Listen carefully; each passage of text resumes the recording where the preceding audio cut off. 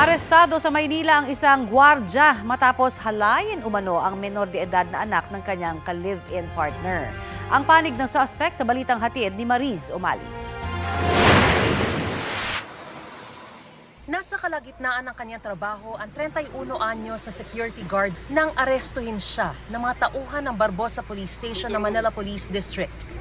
Kasama ng mga pulis ang 14 anyos na anak ng kanyang kinakasama na nagsumbong ng umano'y paulit-ulit na panghahalay laban sa amain. Maraming beses na ginawa ito ng kanyang stepfather dito sa kanyang biktima, kung saan yung itong biktima na ito ay sinumbong niya sa kanyang naday o yung mother niya, pero hindi ito pinansin. Kaya humingi ito ng tulong sa barangay at eventually naman yung ating mga tauhan ng barangay humingi ng tulong sa ating pulis. Ayon sa investigador, nagpositibo sa pregnancy test ang biktima.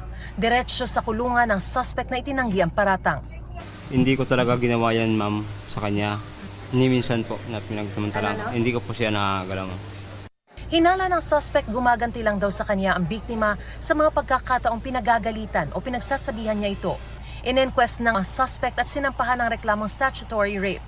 Dahil naman sa alegasyong ipinagkibit balikat lang ng ina ang mga sumbong ng anak tungkol sa umano'y pananamantala sa kanya, dinala na muna sa Manila Reception and Action Center ng DSWD ang biktima para siya'y maalagaan at sumailalim sa counseling.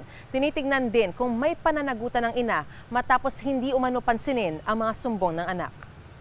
Sinusubukan pa naming kunan ng pahayag ang ina ng biktima, pero maging sa pulisya raw ay tumanggi rin itong magbigay ng pahayag.